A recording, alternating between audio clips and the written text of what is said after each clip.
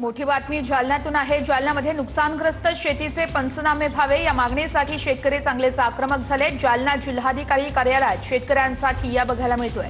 शेतकरी आणि पोलिसांमध्ये बाचाबाचीही झाली आहे। या संदर्भात दत्ता कनवटे आमचे प्रतिनिधी आपल्याला सविस्तर अपडेट्स देत आहेत। दत्ता, शेतकऱ्यांचं म्हणणं नेमकं काय आहे?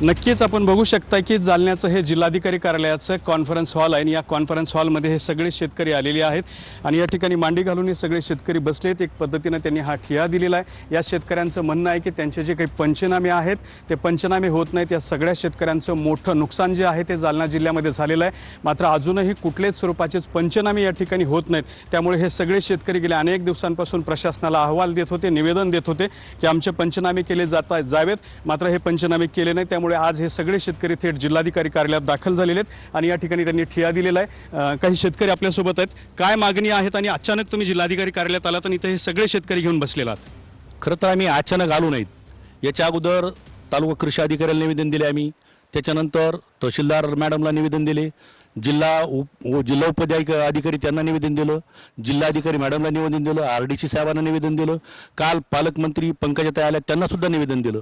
आता आमचं भांडण प्रशासनासोबत आहे। त्याच्यामुळे असं मुख्यमंत्री 18 तास काम करायलेत, महसूल मंत्री 18 तास काम करायलेत, पालकमंत्री फील्डवर आहेत, आमदार काम करायलेत। प्रशासन चुकीचे मुद्दे ब्रीफ करतं गव्हर्नमेंटला, म्हणजे स्वयंपाक ज्याचा आहे ते दत्ता दिलेल्या